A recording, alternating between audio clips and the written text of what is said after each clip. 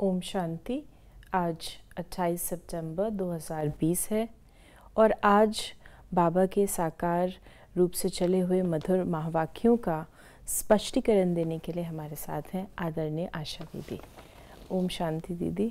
ओम शांति। बाबा ने कहा, मीठे बच्चे, तुम सारी दुनिया के सच्चे सच्चे मित्र हो। सच्चे सच्चे मित्र हो। तुम्हारी किसी से भी शत्रुता नहीं होनी चाहिए। बाबा जब आते हैं तो हमें एक बेसिक बात का ज्ञान देते हैं और वो है आत्मा। और आत्मा के नाते से हमें सबको भाई भाई के रूप से रहना है। बाबा ये सिखाते हैं क्योंकि हम सबका पिता एक है। शिव बाबा निराकार, हम सब आत्माओं का पिता एक है।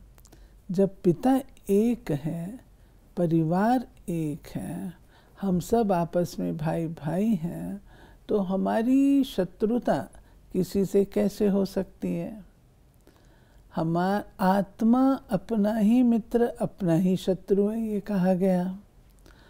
और अगर कोई ऐसी शत्रुता दिखाता है तो वो माया अथवा रावण के कारण से है।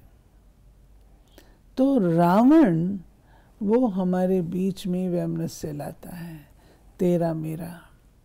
लेकिन वो तब होता है जब हम शरीर में आते हैं। इसलिए बाबा कहते हैं कि आत्मा के नाते से तुम आपस में भाई भाई हो, कोई तुम्हारी शत्रुता होनी ही नहीं चाहिए। तुम सबके मित्र हो, तुम विश्वामित्र हो। प्रश्न है आज का, तुम रूहानी मिलिट्री हो।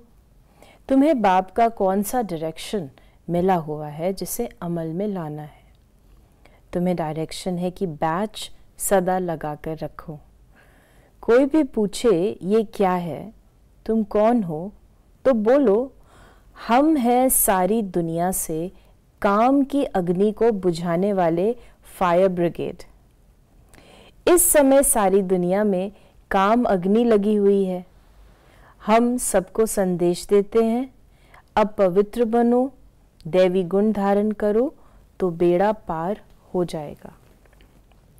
वैसे भी देखिए, कोई स्कूल होता है तो स्कूल का बैज होता है, कोई आर्मी होती है, आर्मी की कोई टुकड़ी होती है, उसका अपना बैज होता है। तो बाबा ने हमें ये बैज दिया है, ये बैज एक प्रकार की हमारी सिक्योरिटी भी है। क्योंकि हर समय हमें स्मृति रहती है कि मैं कौन हूँ। ये बैज लगा हुआ है तो कोई भी गलत काम करने से हम बचे रहते हैं। जैसे कंगन होता है, बांधते हैं ना लोग, तो गलत काम ना करें। ऐसे हम लोग कोई भी प्रकार का विकर्म ना करें, गलत काम ना करें, सिर्फ हमारा बचाव रहता है क्योंकि हमने बैच लगाया है। कोई भी ब्रह्मा कुमार अगर कोई फिल्म की टिकट लेने की लाइन में खड़ा हो जाए बैच लगा और बैच लगाओ तो लोग कहते हैं, अरे तुम ब्रह्मा कुमार, तुम यहाँ कैसे? तो बैच उतार के बैज उस बात की निशानी है। बैज उतारना ये तो अपने आप को धोखा देना होता है, लेकिन अगर ये मेरी सिक्योरिटी है तो ये मेरे को बचा लेती है ना। तो ऐसे ही बाबा कहते हैं, तो ये तुम बैज लगाओ, तुमसे कोई पूछे ये क्या है। पहले हम लोग लगाते नहीं थे, लज्जा आती थी। ये क्या बड़ा बड़ा प्लास्टिक का होता था या वो स्टील का होता था, वो लगाए, उसमें ब्रह्मा विष्णु शंकर बने होते थे और शिव बाबा होता था। फिर प्लास्टिक का बैज निकला, उसमें भी लक्ष्मी नारायण होता था या ब्रह्मा विष्णु शंकर होते थे। तो पूछते थे ये क्या है? अच्छा, तो आप वैष्णव हैं? तो हम लोग कहते थे हाँ। तो धीरे धीरे बैज लगाने की आदत पड़ी। ये पिछले 40-45 सालों से, 50 सालों से हम लोगों ने बैज को महत्व ज़्यादा देना शुरू किया। और अब तो लोग बैज की डिमांड करते हैं कि आपने जो लगाया वो हमको भी दे दीजिए, लेकिन ये हम दे नहीं सकते हैं। क्योंकि अगर कोई गड़बड़ करेगा बैज लगा करके तो नाम बदनाम किसका होगा? बाबा का होगा ना। तो हम ऐसे नहीं दे सकते हैं। और बाबा ने जो बात कही आज की मुरली के अनुसार कि बच्चे तुम हो फायर ब्रिगेड, सारी दुनिया में काम की अग्नि लगी हुई है, आग लगी हुई है, उसको तुम बुझाने वाले, पवित्रता के जल से उसको बुझाने वाले हो, अपनी शुद्ध वाइब्रेशन से उसको बुझाने वाले हो, तो तुम हो फायर ब्रिगेड। तो यही बाबा ने मुरली में कहा कि ट्रेन में तुम आते हो तो वहाँ तो सब फ्री है, सर्विस का बहुत अच्छा चांस है, बैच तो बहुत अच्छी चीज़ है, हर एक को लगा कर रखना है। कोई पूछे आप कौन हो तो बोलो हमें फायर ब्रिगेड, जैसे वो फायर ब्रिगेड होता है आग को बुझाने के लिए। और साथ ही साथ बाबा ने बैच के लिए ये भी कहा कि अभी ये पुरानी दुनिया बदल रही है, ऐसे ऐसे रास्ते में सर्विस करते आना चाहिए, तुम्हारा नाम बहुत होगा। बाबा समझते हैं शायद लज्जा आती है जो बैच पहन सर्विस नहीं करते हैं। तो इस प्रकार बाबा ने कहा कि ये जो बिल्ला मिलिट्री वाले लगाते हैं, क्या उनको कभी लज्जा आती है? बैच के बारे में बाबा ट्रेन में जब हम लोग जाते हैं मधुबन, तो मधुबन ट्रेन में जाते हैं, रास्ते में तो बहुत टाइम होता है ना, आजकल तो ट्रेन जल्दी पहुंच जाती है, रात को चलो सवेरे मधुबन। कभी कभी ऐसे दिन भी होते थे जो हम लोग सवेरे चलते थे, नेक्स्ट मॉर्निंग पहुंचते थे। मतलब तो सारा दिन क्या करेंगे, फ्री टाइम होता था। तो फ्री टाइम जो है बाबा कहते हैं वो आप रास्ते में लोगों को सेवा करते हो, उनको ज्ञान सुनाओ। 2 जने आपस में बैठो, चित्र खोलो, चर्चा शुरू करो, तीसरा पूछेगा ये क्या है। तो ऐसे युक्तियां हम लोग करते थे, हम लोगों ने की हुई हैं। तो बाबा कहते हैं लेकिन ये बैच जो है ये ज़रूर लगा करके रखना चाहिए, ताकि जब कोई तुमसे पूछे, ये सेवा का साधन बन जाता है, कोई तुमसे पूछे ये क्या है तो तुम उत्तर तो दे सकते हो ना। ऐसे कई ब्राह्मण हैं जिनका जन्म ट्रेन में हुआ है, कई है। तो बाबा कहते हैं कोई भी मौका सेवा का छोड़ना नहीं चाहिए। बाबा ने कहा कि यहाँ हठ योगी टाइट होकर बैठते हैं, टांग पर टांग चढ़ाकर बैठते हैं। यहाँ तो बाप कहते हैं आराम से बैठो, बाप को और 84 के चक्र को याद करो, ये है ही सहज याद। बाप को याद करना तो बहुत सहज है, हम बाबा के बच्चे हैं, बाबा से ही वर्षा लेना है। और फिर आगे बाबा ने कहा, मैं इतने पहले ले लेती हूँ, यानी बाबा ने हमको सहज योग सिखाया, वह योग जो कि माताएं बहनें भी कर सकती हैं, वह योग जो कि बच्चा भी कर सकता है। आज जो योग लोग समझते हैं, शारीरिक क्रियाएं, प्राणायाम आदि, वो भी शारीरिक स्वास्थ्य के लिए अच्छा है, लेकिन अपनी आत्मा को शुद्ध बनाने के लिए तो कुछ रूहानी चीज़ ही चाहिए। तो बाबा ने कहा टांग पे टांग चढ़ा के बैठना या सीधे बैठना, ऐसे आसन होते हैं। तुमको मैं ये नहीं सिखाता हूँ, क्योंकि सब आसन माताएं बहनें नहीं कर पाएंगी, तो ये मैं नहीं सिखाता हूँ। मैं तुमको सिखाता हूँ आत्मा अपने श्रेष्ठ आसन पर स्थित हो और भ्रकुटी के तखत पर स्थित हो, स्ट्रेट रहे, एकाग्र रहे, हिले डुले नहीं, बुद्धि भटके नहीं, ये सब चीज़ें मैं सिखाता हूँ। और सहज रूप से चलते फिरते उठते बैठते तुम मुझे याद कर सकते हो, इसमें कोई तुमको शरीर को कष्ट देने की आवश्यकता नहीं। बाबा ने कहा कि बाबा से ही वर्षा लेना है, शरीर निर्वाह अर्थ गृहस्थ व्यवहार में भल रहो, सिर्फ औरों की याद बुद्धि से निकाल दो। कोई हनुमान को, कोई किसी को, कोई साधु आदि को याद करते थे, वो याद छोड़ देनी है। याद तो करते हैं ना, पूजा के लिए पुजारी को मंदिर में जाना पड़ता है, इसमें कहाँ जाने की भी दरकार नहीं है। ये बाबा कहते हैं कि तुमको ना तो घर बार का त्याग करना है, ना ही तुम्हें संन्यास करना है, परंतु तुम्हें घर गृहस्थ में रहते हुए ही अपने जीवन को उत्तम और श्रेष्ठ बनाना है। तो उसके लिए तो कोई भी प्रकार का जो संन्यास प्रायः लोग सजेस्ट करते हैं परमात्मा को पाने के लिए, वे इन सब से मुक्त होकर के आपको जंगल की राह लेनी पड़ेगी, इन सब से मुक्त होकर आपको अलग से एकांत में बैठना पड़ेगा, कुटिया में बैठना पड़ेगा। बाबा कहते ये कुछ भी मैं नहीं कहता हूँ, मैं कहता हूँ तुम अपने घर गृहस्थ में रह करके अपने आप को कमल पुष्प सदृश बना सकते हो। और आज हमें याद की यात्रा के लिए भी बाबा ने कहा कि बाप सिर्फ कहते हैं मुझे याद करो तो तुम्हारे पाप कट जाएंगे, ये है योग बल अथवा योग अग्नि। भगवान कहते हैं सिर्फ मुझे याद करो और कोई उपाय नहीं है।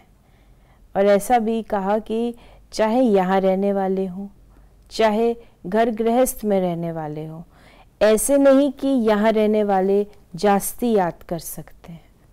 बाबा कहते हैं बाहर में रहने वाले भी बहुत याद में रह सकते हैं। ये बाबा ने बात बताई है कि हमारे पाप विकर्म नाश कैसे होंगे। वे होंगे एक ही एक तरीका है, और वो तरीका है प्यारे बाबा को याद करना। जैसे आप देखिए कोई वायर को आप जब चार्जर के साथ कनेक्ट करते हैं तो इलेक्ट्रिसिटी फ्लो है। ऐसे जब आत्मा परमात्मा को याद करती है तो परमात्मा की वो जो शक्ति है वो हमारे में फ्लो करती है। परमात्मा की क्या चीज़ काम करती है? स्मृति। स्मृति ही तो है ना, कोई ऐसे थोड़ी कोई शक्ति आ रही मेरे अंदर, लेकिन स्मृति में कौन हूँ। जैसे कोई राजपूत को कहा गया, लकड़ी का बहुत बड़ा प्लैंक रखा था, कहा कौन उठाएगा कौन उठाएगा कौन उठाएगा, कोई भी नहीं। फिर राजपूत आया, राजपूत कहा अरे तुम राजपूत, और तुम्हारे पुरखों ने क्या क्या नहीं किया। उसने अपने उस स्वमान को याद किया और उसने आराम से उसको उठा लिया। सारा खेल हमारा ये स्मृति का है।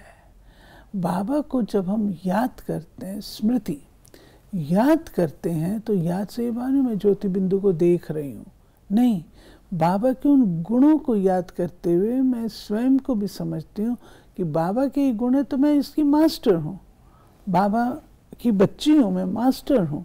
और जब हम ये स्मृति लाते हैं मैं मास्टर सर्वशक्तिवान हूँ, तो कोई भी प्रकार की जो परीक्षा है उसको मैं पास कर सकती हूँ। तो बाबा ने कहा तुम्हारा मूल है याद की यात्रा में रहना, याद में करना। इट मेक्स नो डिफरेंस कि आप सेंटर पे रह कर के कर रहे हैं या घर में रह के, सारी बात आपकी मनसा की है। सेंटर पे रह कर के करने वाले हो सकता है इतना ना याद करते हो, क्योंकि कोई चीज़ सहज किसी को प्राप्त हो जाती है तो उसको उसकी कदर नहीं होती, और कोई दूर होता है तो उसको उसकी कदर होती, हो सकता है ज़्यादा याद करें। बाबा हमेशा कहते हैं मुझे बांधेलियाँ बहुत याद करती हैं, बांधेलियों की याद मुझे पहुंचती है। तो ऐसे ही बाबा ने ये जो बात कही है, चाहे घर में रहो चाहे सेंटर पे रहो, मूल बात है याद करने की। उस चार्ट को देखो। बाबा ने कहा कि तुम पढ़ते ही हो सुख धाम में जाने के लिए, सबको हिसाब किताब चुकतू कर वापस जाना है। मैं आया ही हूँ नई दुनिया स्थापन करने, बाकी सब आत्माएं चली जाएंगी मुक्ति धाम में। और सब कहते भी हैं हम जल्दी जाएं, यहाँ तो रहना नहीं है, ये तो पुरानी दुनिया पुराना शरीर है। आगे बाबा ने हमें आने वाला जो समय है कि पानी भी कितना नुकसान कर देता है, उपद्रव होते रहते हैं पुरानी दुनिया में। नेचुरल कैलामिटीज हैं। जब हमारा मन उपद्रव करता है ना, तो प्रकृति भी उपद्रव करती है, क्योंकि हमारे जो वाइब्रेशंस हैं वो जाते तो है ना वायुमंडल में। अगर हम एक्सप्लॉइट करते हैं, हम अपने मन को पोल्यूट करते हैं, तो प्रकृति भी पोल्यूटेड होती है। हम बदला लेने की कोशिश करते हैं तो प्रकृति हमसे बदला लेती है। फिर बाबा ने कहा कि 5000 वर्ष की बात है, लाखों वर्ष की तो बात हो नहीं सकती। तो बाप कहते हैं और सब बातों को छोड़ इस सर्विस में लग जाओ अपना कल्याण करने। रूठ कर सर्विस में धोखा नहीं देना चाहिए। यह है ईश्वरीय सर्विस। माया के तूफान आएंगे, परंतु बाप की ईश्वरीय सर्विस में धोखा नहीं देना है। मित्र संबंधी जो भी आए, सबके सच्चे मित्र तुम हो। तो बाप सर्विस अर्थ डायरेक्शन तो देते हैं, तो इस प्रकार बाबा ने सर्विस के लिए भी हमें डायरेक्शन दिया। बाबा का ये होता है कि जितना ज्ञान हम धारण करते हैं, तो बाबा कहते हैं वो औरों को भी सुनाओ। क्यों सुनाओ? एक तो हमारे संस्कार बनते हैं दातापन के, महादानी के, तो देने से हमारे अंदर धारणा स्वतः होती है। तो इस प्रकार बाबा ने सेवा के लिए भी और अलग अलग स्पेशली बैच के लिए और आपस में रूठने के लिए भी हमें डायरेक्शन दिया कि हम ना रूठें और सेवा में लगे रहें। अभी रूठना किस बात से, कौन किससे क्या रूठे, ये तो बहुत ही बचपना है, बहुत ही बचपना है रूठना। और रूठ के बैठेंगे तो अपना ही नुकसान करेंगे, क्योंकि आज किसके पास टाइम पड़ा है आपको मनाने का? किसके पास टाइम है? किसी के पास टाइम नहीं है। मुझे अपना ध्यान खुद रखना है, तो इसलिए ये आदत को तो ख़त्म ही करना चाहिए। आज का वरदान है, बीती हुई बातों को रहमदिल बन समाने वाले शुभ चिंतक भव। यदि किसी की बीती हुई कमज़ोरी की बातें कोई सुनाए, तो शुभ भावना से किनारा कर लो। व्यर्थ चिंतन या कमज़ोरी की बातें आपस में नहीं चलनी चाहिए। बीती हुई बातों को रहमदिल बनकर समा लो। समाकर शुभ भावना से उस आत्मा के प्रति मनसा सेवा करते रहो। भले संस्कारों के वश कोई उल्टा कहता, करता या सुनता है, तो उसे परिवर्तन करो। 1 से 2 तक, 2 से 3 तक ऐसे व्यर्थ बातों की माला न हो जाए, ऐसा टेंशन रखना अर्थात शुभ चिंतक बनना। ये है बाबा कहते हैं कि बीती बातें कचरा है, हिस्ट्री है, और वो लौट के तो आने वाली नहीं है। बीते में जाना अर्थात मुर्द घाट में जाना, खत्म हो चुका। वो बीता जो आपको खुशी देता है वो और चीज़ है, परंतु जो बीत गया सो बीत गया। आज की डेट में क्या है वो इम्पोर्टेंट है। हम आज की डेट का नहीं देखते, परंतु बीते का वर्णन करते। कब तक करेंगे? स्लोगन है, संतुष्ट मणि बनो तो प्रभु प्रिय, लोक प्रिय और स्वयं प्रिय बन जाएंगे। संतुष्ट मणि बनो तो प्रभु प्रिय, लोक प्रिय और स्वयं प्रिय बन जाएंगे। तो ये थे बाबा के आज के महावाक्यों का स्पष्टीकरण। यदि आपके मन में कोई प्रश्न है तो आप व्हाट्सएप करें 8826599309 पर, और हम आपके प्रश्नों का उत्तर प्रश्नोत्तरी कार्यक्रम में देने का प्रयास अवश्य करेंगे। ओम शांति।